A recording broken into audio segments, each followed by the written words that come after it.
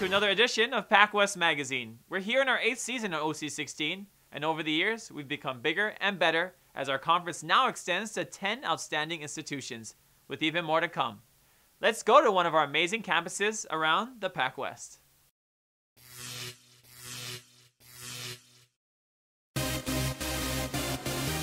The race for the PacWest Fall 2011 Championships began in late October with the PacWest Men's and Women's Cross Country Championships in Goodyear, Arizona.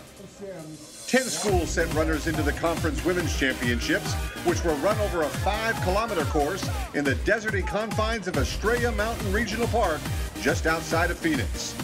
BYU Hawaii was the defending women's champ, having earned a spot in the Nationals a year before. But this year, California Baptist was tabbed as the team to beat, and the Lancer runners raced to near the front of the pack. Individually, Dixie State's Rachel Young took the lead and increased it throughout the meet. A veritable newcomer to the sport, Young never ran cross-country in high school, but blazed to the finish line at a time of 17 minutes, 52 seconds, finishing 26 seconds ahead of runner-up Lacey Kraut of BYU Hawaii. The top team in the standings turned out to be California Baptist University. The Lancers won the crown by finishing with 5 runners in the top 8. BYU Hawaii was second as a team, with host Grand Canyon third. The story of the men's race really dated back to several weeks earlier in San Francisco, where Academy of Arts Amos Maru set off on a mission to win another conference title, and he blazed to a personal record over the beautiful course in Golden Gate Park. At the time, the 2-time defending conference champion said his goal was to peak once again for the PacWest Championships. Yeah, I've had like PacWest coming in and they look really good, so I'm working extra hard. I really want to keep my titles. I've been winning like 2 years in a row, so I'm not going to keep this up. I'm going for it. So when it came time to run in the desert in the PacWest Championships at the end of October, Maru was more than ready. Over the 8-kilometer course, the senior from Kenya broadened his lead throughout, and he ended up winning the race by a comfortable margin with a championship time of 24 minutes, 4 seconds. Grand Canyon's Kip Mutai was runner-up, with HPU's Danny Malley finishing third. In the men's team competition, California Baptist was the winner, with Academy of Art finishing as runner-up and defending champion BYU Hawaii third. Now the Lancers won not 1, not 2, but 3 conference titles on that late October Saturday, as they also wrapped up the PacWest women's soccer title that day. No wonder that California Baptist head coach Kristen St. Clair told us right before the beginning of the season how she was looking forward to facing off against new competition in the PacWest. The PacWest is a great conference. It's one of the best in the NCAA Division II, and we're excited for the great competition and the opportunity to travel and play the great competition in a couple different states. But we're very excited for the quality of the schools that are in this conference as well. It's a good step up for us. The Lancers won the conference title in a closely contested race to the finish. But since the school is going through the membership process, they would have to wait for a trip to the NCAA tournament. The battle for that spot was intense, as defending conference champion BYU Hawaii was also in the hunt for the title and a regional berth until the final kicks of the season. But the Seasiders were turned away after Grand Canyon came on strong and won the conference automatic bid tiebreaker by the slimmest of margins. It was Grand Canyon's first ever trip to the Women's Soccer Regional Championships. Here's the way the race ended, with California Baptist in first place, followed by Grand Canyon, BYU Hawaii, HPU, and Notre Dame de Namur in the first 5 spots in the standings. The second 5 was Dixie State in 6th place, followed by Hawaii-Hilo, Academy of Art, Dominican, and Chaminade. The men's soccer title chase was every bit as heated and actually came down to a tie for the title. California Baptist claimed another crown, this one a co-championship, as they finished the regular season with an identical record as Hawaii Pacific. The Lancers actually beat the Sea Warriors in their only matchup of the season, but ended the year with an identical final record. For HPU, a co-championship was a tremendous accomplishment. especially since they had finished as the league runner-up the last 3 years. And they celebrated their share of the title with a special chant after the season-ending win at BYU Hawaii. Ateka teka tumba, ateka teka tumba, amosa mosa mosa, amosa mosa mosa, balue balue balua, balue balue balua. You know, we've come to the last day with a chance to win it, but we've needed help every time on the last day, and this year it was finally the last game, and we controlled our own destiny, and the gods are smiling on us, the clouds opened up, and we did it finally. It feels great.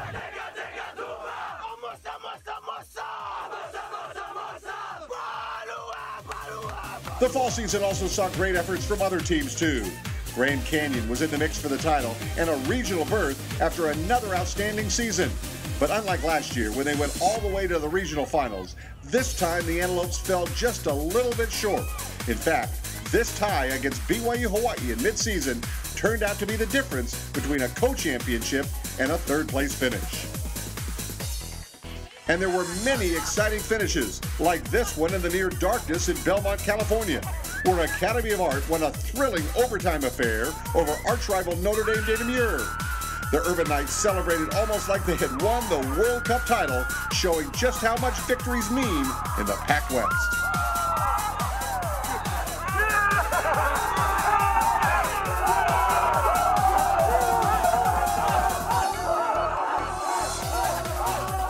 Here's how the men's soccer race finished, with HPU and California Baptist tied for the title, Grand Canyon a close third, then Notre Dame de Namur and Dixie State. The second five was BYU Hawaii, followed by Academy of Art, Dominican, Hilo, and Chaminade. In the PacWest women's volleyball season, the word unprecedented has to be used. Unprecedented because the league would send 3 teams to the NCAA tournament for the first time in recent history, and for a while had an unprecedented 4 teams in the West Regional rankings. One of those teams was Hawaii Pacific, who handed eventual champion BYU Hawaii their only loss of the conference season in the opening match of the PacWest play. If you have to be at the practices, you have to see how hard we work. Like every day, every single girl comes into the gym. We've had meetings and said, everybody has to be here. Our mindset has to be here, and we all agreed. Like if we're not here, then don't come to practice. Everybody comes in, come to the games, come to practices. We put it all out. Like it's just that's my team, and I'm so excited that we can all be part of it. And everybody just works together, and that's what makes a win, basically. After that match, BYU Hawaii never lost another match, as they went unscathed through the rest of a very impressive PacWest season. The Seasiders won 15 consecutive matches and won the PacWest Conference title with an impressive mark of 15-1. Second place went to Grand Canyon University, who finished very strong. In fact, the Antelopes went on a record run in the late going and claimed a berth in the NCAA Regionals for the first time ever. The third team to land a spot at the NCAA tournament was Hilo. The Lady Vulcans finished in a tie for third and earned a trip to the regionals in San Bernardino. Other sterling efforts were turned in this year by the newcomers, California Baptist, as the Lancers tied UH-Hilo for third place in the standings. Ryan McGuire, who had previously been named the NAIA Coach of the Year, noted just how strong the PacWest and the NCAA Division II was. It's fun with the different universities because I got to get to the other coaches. You know, I think being in the former conference as long as I did, I knew when they were calling timeouts. I knew what they did. I knew what each team's defense was versus different hitters and different things. So, you know, I think now I've got to discover new trends to help my team be a little bit better too.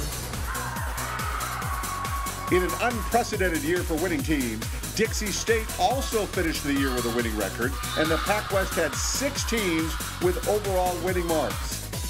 The top 5 in the standings were conference champ BYU Hawaii, followed by runner-up Grand Canyon, a third-place tie between California Baptist and UH-Hilo, and HPU finishing 5th. Dixie State headed up the next 5, followed by Academy of Art, Notre Dame de Namur, Dominican, and Chaminade. Overall, it was a great fall sports season for the PacWest.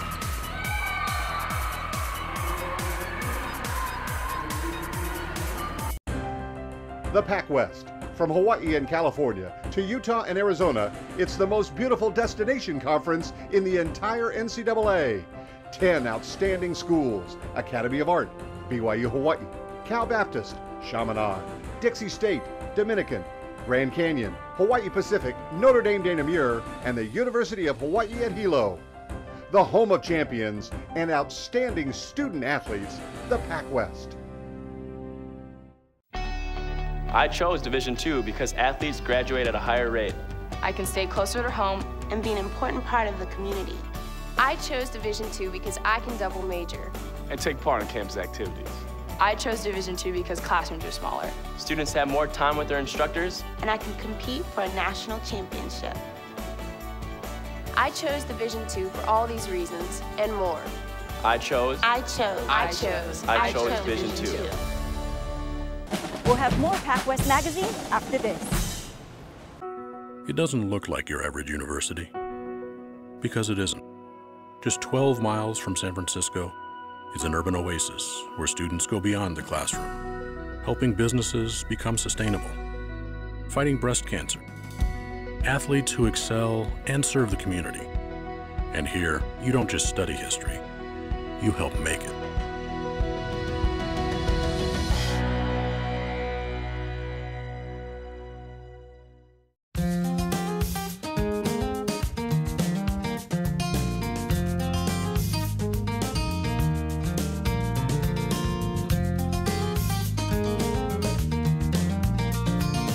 When you look at your future, what do you see?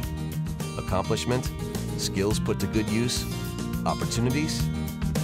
Be your own success story with a graduate degree from Hawaii Pacific University. Hawaii Pacific University. Get where you want to go.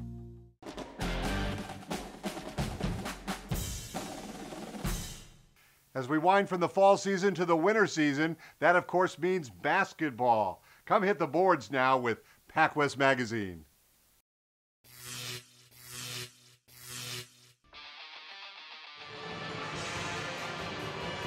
The basketball fans of Hawaii were treated to a rare doubleheader on November 11th when Division I University of Hawaii welcomed Division II and PacWest members UH-Hilo and Hawaii Pacific to the Stan Sharp Center. The islands are home to 5 NCAA institutions, yet most of the media exposure is limited to the state's only Division I member, which makes high-profile nights like this one even more special. I think these intra-island battles and inter-division, Division II versus Division I battles, I think it does nothing but good for Hawaii basketball as a whole. It gives the fans something to identify with in terms of the different programs out there. Everybody's a winner, I think, under these circumstances.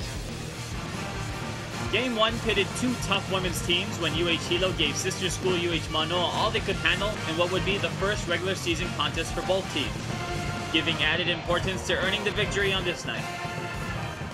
Unfortunately, the visitors will be playing without preseason PacWest Player of the Year and tallest player on the team, Hillary Hurley, one of the conference's best athletes, as she leads her Hilo volleyball team to the NCAA tournament. But with outstanding three-point shooting, like this tray from Long Beach Poly High product Jamia McDuffie, the Vulcans were able to neutralize the much bigger Rainbow Wahine in the post. Another long-distance three from fellow junior college transfer Shannon Rousseau kept the Vulcans within a few possessions of the home team, as the Rainbow Wahine held a slight 39-34 advantage at the half. In the second half, UH-Hilo continued to fight hard behind its floor leader, Kirsten Shimizu, who finished with 8 points in the night, including this three from the corner. But the Rainbow Wahine defensive pressure proved to be too much for the Vulcans, with the game ending with a very respectable 60-51 final score. It's just great. Number one, it's a great opportunity. You know, a lot of our players on our team don't get to play in an arena like this, in a crowd like that, you know, video scoreboard, what have you. So it's a great experience. And then to play against this level of competition. You know, I think it challenged a lot of our players, obviously, today, and hopefully we gain some confidence from it, you know, as we head through the rest of our, you know, non-conference schedule and into the PacWest season. I was nervous. I think playing against, everyone talks about, you know, D1, and so I was nervous, but I try not to let that get the best of me. I had a few early mistakes that I think caused for my nerves, but this wasn't, I try to think about this as just another game that we have to play, and regardless of the size of the arena and the fact that they are D1, we're good too, and so we had something to prove. And the fact that we were underdogs, I think that being the underdogs, it has a little different effect on how you approach the game, because we really had nothing to lose. Part 2 featured Coach Darren Vodabroghi's new-look HPU squad against the home team Rainbow Warriors and second-year head coach Gib Arnold. The two teams squared off last year with the Sea Warriors suffering a 22-point defeat. But in this year's exhibition match, HPU showed they would not back down to the much bigger Rainbow Warriors. The teams matched baskets early, and with 13 minutes left in the first, senior LeBrent Chappelle got this off-balance jumper to drop to keep the Sea Warriors within 2. HPU also rallied behind Chappelle's fellow backcourt senior Nick Frazier. Frazier showed no fear going up against a bigger UH guard, using his speed and precision shooting to put the pressure on the home team and collecting 9 points in the night. But it was his leadership and moxie that kept his teammates believing in an upset.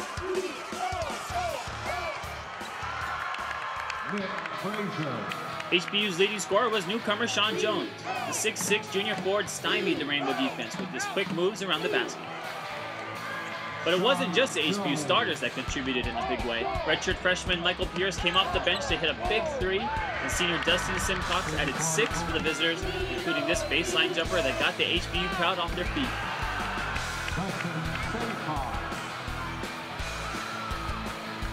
It was only a 2-point advantage for UH at the break, and the Sea Warriors could smell blood in the second half.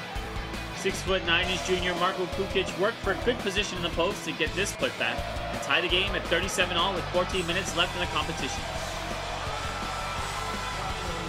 And that's when HPU went on a run.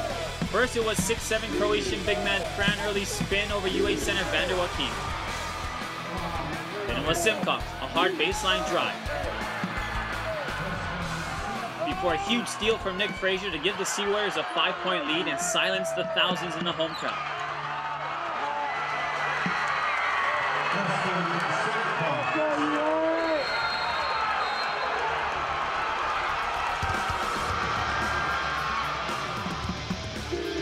A Kukic jumper would extend the lead to 7.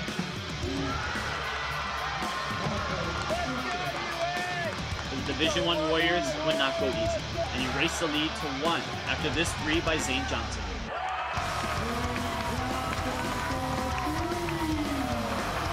And down the stretch, it would be the home team getting the better end of a few close plays before it ended with this Kavika Lions missed 3 to give the Rainbow Warriors a 62-56 exhibition victory, but not before HPU had given them all they could handle. The legendary Tony Solito, now a color analyst for the University of Hawaii, was impressed and proud of his former team. Well, I was just a little bit proud of HPU because I thought they played so well. And I thought before the game that, you know, the big thing and the most important thing to me would be what kind of adjustments that HPU would make. You know, and they did. They played a number of defenses, you know, and they kept their composure, and they put the pressure on the right people. And I thought that that was a very good game plan by Coach. HPU had a lot to be proud of in that performance. I think there was the expectation that this would be a walk-through victory for Hawaii. Exhibition, certainly, and obviously I think in those circumstances it's likely to mean more to the Division II team. But that said, the Rainbow Warrior basketball team realized that they had a handful to deal with, and I think that they escaped in much respect with a victory tonight. HPU looks like they're a team that is to be reckoned with. They were 0-8 versus Hawaii PacWest teams last year, but we know that they had some tight battles. Overtime loss at BYU Hawaii. That's in Laie against that crowd last year, so they started turning it on a little bit more towards the end of the season, and I think this gives them some momentum possibly going forward. We don't want to be bullied by anybody. We weren't here to, we're not the little brother of the island, you know what I'm saying? And, you know, we felt like we could have won this game, and, you know, if we had another crack at it, I feel very confident that we would. We built a lot of team chemistry. You know, we returned 7 players from last year. We have a new group of guys.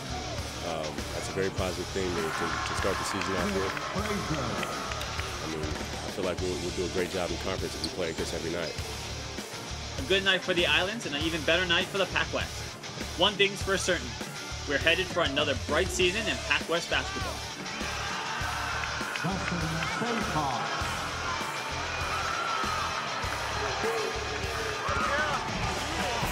Every year on PacWest Magazine, we spotlight one of our amazing people around the PacWest Conference, and we're doing it again this year. Let's see who the light shines on this week.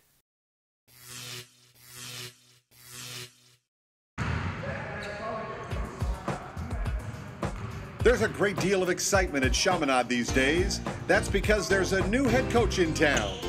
Eric Bovaird takes over the storied program that has a reputation for giant killings in college basketball. Over the years, Chaminade has knocked out the likes of #1 Virginia in one of the greatest upsets in sports history. And Oklahoma, who the Silver Swords knocked off last year in the Maui Invitational. And also last season, the Swords went on to earn a share of the PacWest title on their way to the NCAA Regionals. Bovaird knows all about this history, but has an interesting history of his own, with a basketball background that goes back to his childhood days growing up in Pennsylvania, all the way to his college playing days in West Virginia. My dad actually, one day he took a metal tennis racket and took it to the metal shop teacher, and they bent it over. He put some strings on it, hung it up on the wall, and my brother and I started playing basketball.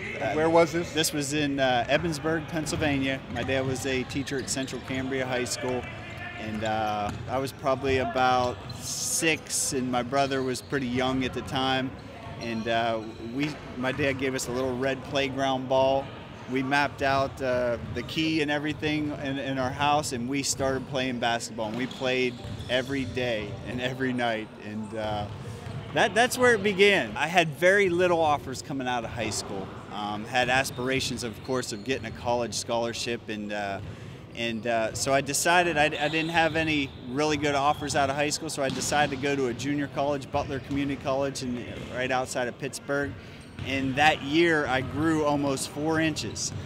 So my prospects became a lot larger that year, and I had several offers, and West Liberty was one of them, a Division II, right outside of Wheeling, West Virginia. And my dad and I took a visit down there, absolutely loved it, and it just started maturing more and becoming stronger, and was lucky enough to be a couple-time All-American, and was on a great team. Bovaird both played and coached at West Liberty University in West Virginia, where the Hilltoppers became known as one of the highest scoring teams in recent NCAA history. Last year's team averaged nearly 112 points a game, with a high of 157 points in one contest. West Liberty was #1 in the nation until a PacWest team, BYU Hawaii, ended their unbeaten run in the national semifinals. Actually, everybody asked me about that game coming from, we were 33-0 and #1 in the country at the time, and we played a terrible game. We did. I give it to BYU, though. We underestimated Jet Chang's ability in the open court, and some of their other guys from tapes that we had watched, we kind of underestimated their ability, and wow, they played well against our pressure, and Jet Chang was just unbelievable. I think he had 43 points against us, maybe something along those lines. But it ended up being a great game. I think we tied it up at 97 apiece, maybe, and they ended up pulling ahead from there. But it was a barn burner. Yeah, it was an incredible experience at West Liberty. About 8 years ago, I was a high school teacher and coach in South Carolina, right outside of Myrtle Beach, and West Liberty hired a new basketball coach. His name was Jim Crutchfield, and immediately he called me and said, "Eric, it's time for you to come home. I need you to be my assistant coach." And so I decided to pack my bags and move back to West Virginia. And I remember one of our first meetings, he said, "Eric, we want to play the most unique style of basketball that's played. We're going to pick up, we're going to trap and chase, and we're going to get really good at transition basketball. And then the key is we're going to force everybody to play it." And he had a vision. You know, at first, I tell him all the time, I thought he was a little bit crazy. I thought, we're going to get beat every day, 120 to 100. But through that journey, we kind of mastered a few things, and he's an incredible coach. Bovaird is hopeful that he can turn this Chaminade program into a high-scoring machine too, but knows that those kinds of triple-digit numbers will come only after much practice, as well as recruited players who understand his system. In the meantime, the new coach is excited to be living in Hawaii and appreciating his new coaching gig at Chaminade. Every day, and my dad asked me, what's it like over there? I said, about the same as it was the first day, 85, sunny, with a cool breeze blowing. So the weather, we're absolutely loving it. My wife and little girl, and my wife's pregnant again, we're really enjoying it here. I can't wait for my family to come over and visit. And the people of Hawaii are so friendly, and they take you in as family right away. And it's been a great experience so far. We're really happy to be here. Eric Bovaird and the Chaminade Silver Swords, one of the great coaches and great teams to watch this year in the PacWest.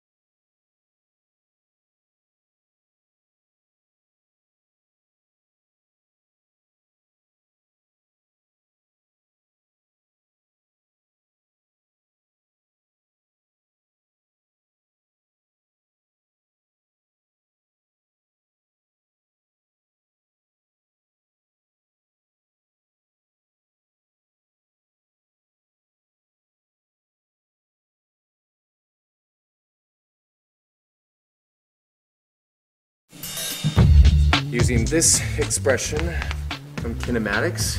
With the given interval, does the integral diverge? And the appropriate substitution would be? What then is the acceleration of the center of mass? Anyone awake? You in the far back. You back there? You got to be kidding. Where did you come up with that? You. You? You? Yeah, no. How about you? Mm-hmm. You in the white.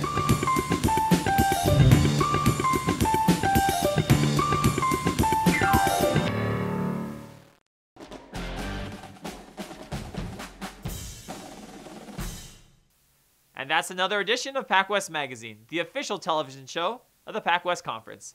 You can always get the latest PacWest news by hitting us up on the web at thepacwest.com. You can even like us on Facebook and follow us on Twitter for all the latest updates. For Bob Hogue and Malia Smith, I'm Wayne Coito, saying see you next time on PacWest Magazine.